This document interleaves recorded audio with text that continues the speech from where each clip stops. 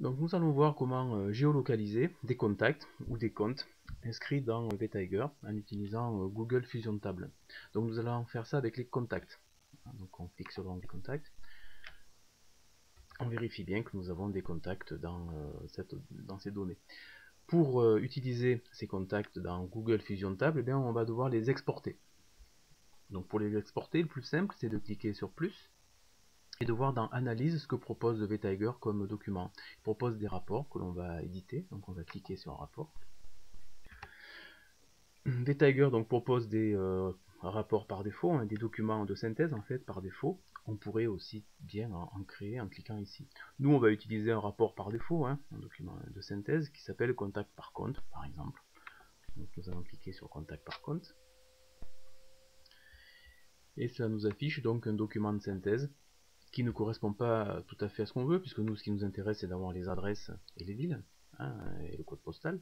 Donc on va le personnaliser, ce document, en cliquant sur personnaliser, et en faisant simplement suivant sur les fenêtres qui vont se présenter. Donc on clique sur suivant, on va garder un tableau, on clique sur suivant. Ici par contre, nous allons sélectionner les champs sur lesquels nous voulons une synthèse. Donc bon, on va supprimer des champs qui ne nous sont pas utiles pour faire de la géolocalisation, et à la place on peut mettre des champs utiles pour la géolocalisation, c'est-à-dire les adresses. Donc on va ajouter adresse, on va ajouter code postal et on va ajouter ville. On pourrait ajouter pays aussi pour être vraiment précis. Encore faut-il que le pays soit renseigné dans la base de données. On clique sur suivant et on clique sur suivant et nous allons terminer. Et en terminant, eh bien, le rapport est modifié, le document de synthèse est modifié, avec simplement les adresses, code postal, la ville. Il y a bien le champ pays, mais on voit que le champ pays n'avait pas été renseigné. Voilà, donc ce document de synthèse, il va falloir l'exporter. Pour l'utiliser dans Google Fusion Table, on va l'exporter en fichier Excel. Donc je clique sur Excel. Je l'ouvre avec Excel. Voilà, donc on a un fichier Excel qui reprend les données que l'on a voulu exporter. On peut un petit peu modifier certains éléments. Ici par exemple, on va appeler ça plutôt téléphone. Tout simplement. On va appeler ça adresse. Voilà. Et là on va appeler code postal. Et ici simplement ville. Voilà. Ici on a un pays, mais il n'y a rien de noté sur le pays. On pourrait, si on voulait également, si c'était en France, on pourrait noter France ici. Pourquoi pas, et le copier et le coller sur l'ensemble des données. Donc ce fichier Excel, après bien sûr, on en fait un petit peu ce qu'on veut. On peut d'ailleurs essayer de rendre les adresses un petit peu plus complètes. Donc on pourrait créer une colonne adresse complète ici en faisant concaténer, c'est-à-dire en concaténant plusieurs colonnes, donc concaténer, j'ouvre une parenthèse, donc moi j'aimerais qu'il y ait l'adresse ici, point virgule, j'aimerais qu'il y ait un espace après cette adresse, je reviens point virgule, le code poste, la ville, voilà, et puis eh bien pourquoi pas un autre espace, virgule, le pays, et je ferme la parenthèse, je fais entrer. Donc là à ce moment là nous avons bien l'adresse complète ici, 21 rue Chabrier, Histoire France. Je copie cette formule sur les 45 adresses de mon exemple. Voilà, donc là nous avons les adresses complètes. C'est important pour que Google Fusion Table en fait puisse vraiment définir la vraie adresse de l'entreprise. Ce fichier, une fois qu'il est créé, eh bien, il va falloir l'enregistrer, mais au format CSV, donc fichier enregistré sous. Je vais l'appeler adresse contact et on va l'enregistrer au format CSV, séparateur point virgule. Je vais le mettre sur mon s'appellera adresse contact. J'enregistre. J'enregistre. Et je peux fermer. Voilà. Je peux également fermer d'ailleurs les Tigers, hein, puisque nous avons le fichier qui nous concerne. Pour utiliser Google Fusion Table, il faut posséder un compte Google. Donc je vais me rendre sur mon compte Google.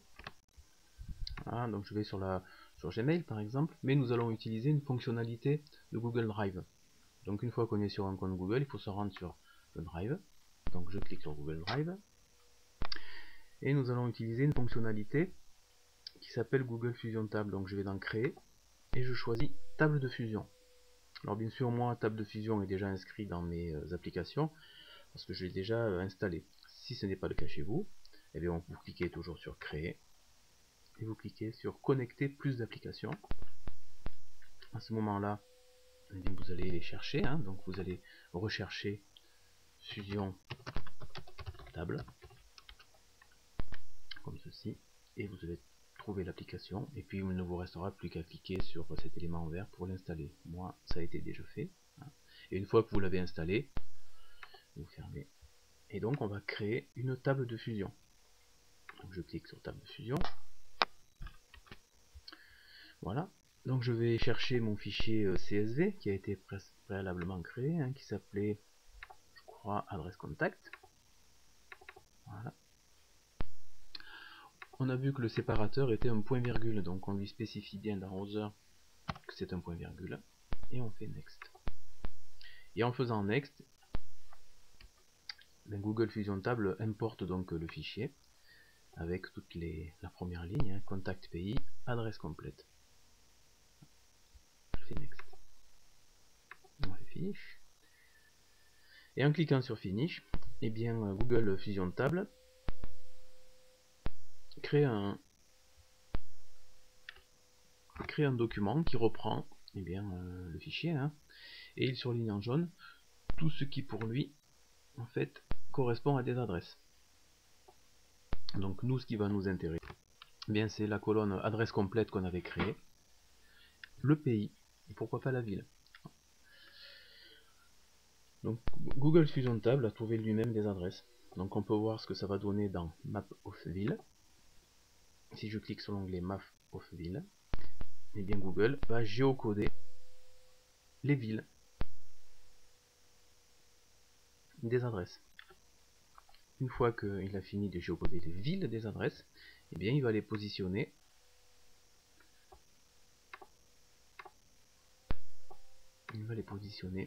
sur une carte.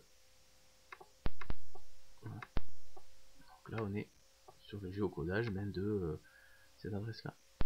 Et on remarque bien sûr il y a un point pour histoire alors qu'il y avait bien sûr plusieurs contacts sur histoire, puisque là on ne géocode uniquement la ville.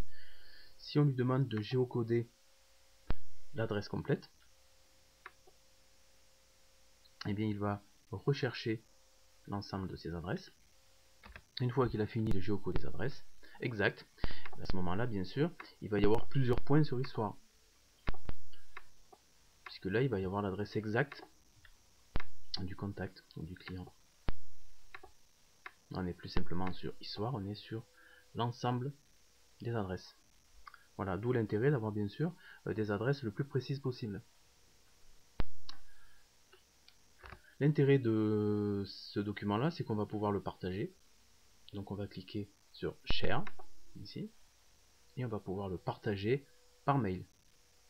Chef d'entreprise, tuteur, hein. Pour cela il faut modifier l'accès. Donc on va cliquer sur modifier et autoriser l'accès à tous les utilisateurs qui disposeront du lien. Donc on enregistre. Voilà, donc si vous envoyez ce lien par mail par exemple à quelqu'un, ben, il pourra afficher la carte. Une autre façon de partager, c'est de cliquer sur l'onglet Tool et de publier sur Internet. En publiant sur Internet, eh bien c'est pareil, toujours sous forme de lien ou de page HTML, qui peut être intéressante. C'est-à-dire que si la page, on peut décider qu'elle a une certaine dimension. On peut donner les dimensions ici. Et en copiant ce code HTML, ici, là on peut fermer. Hein, si je vais sur mon bureau, si je crée un nouveau document, tout simplement texte, comme ceci, je l'ouvre, je colle à l'intérieur mon code HTML, voilà, je l'enregistre. Il me suffit de renommer ce document, par exemple plan des contacts, changer l'extension, mettre l'extension HTML, faire entrer. Et là on voit que bien sûr HTML ça va être ouvert par un navigateur, donc si je clique sur planche contact HTML, ça va ouvrir une page internet, mais cette fois-ci plein écran, en fonction des dimensions que vous avez décidées. Voilà, ce qui permet d'avoir une vision un peu large de la localisation des prospects. Voilà, donc bien sûr après cette page HTML, on peut la transmettre aussi par mail, on peut la mettre sur un site collaboratif, on pourrait la mettre sur Symbaloo par exemple. Voilà comment faire donc avec Google Fusion Table. On peut aussi modifier certaines caractéristiques, donc, ne serait-ce que les icônes. Donc on va changer les icônes, et on peut aussi, mais ce sera peut-être l'objet d'une autre vidéo, modifier la couleur des icônes en fonction des éléments qu'il peut y avoir dans le fichier, mais des éléments chiffrés, par exemple chiffre d'affaires. Et bien sûr, en cliquant, une dernière chose, en cliquant sur l'élément concerné, bien on va avoir les informations liées à cet élément, ce qui peut être intéressant pour nous, notamment avoir le numéro de téléphone, avoir l'adresse exacte, avoir le nom et le prénom du contact. Voilà.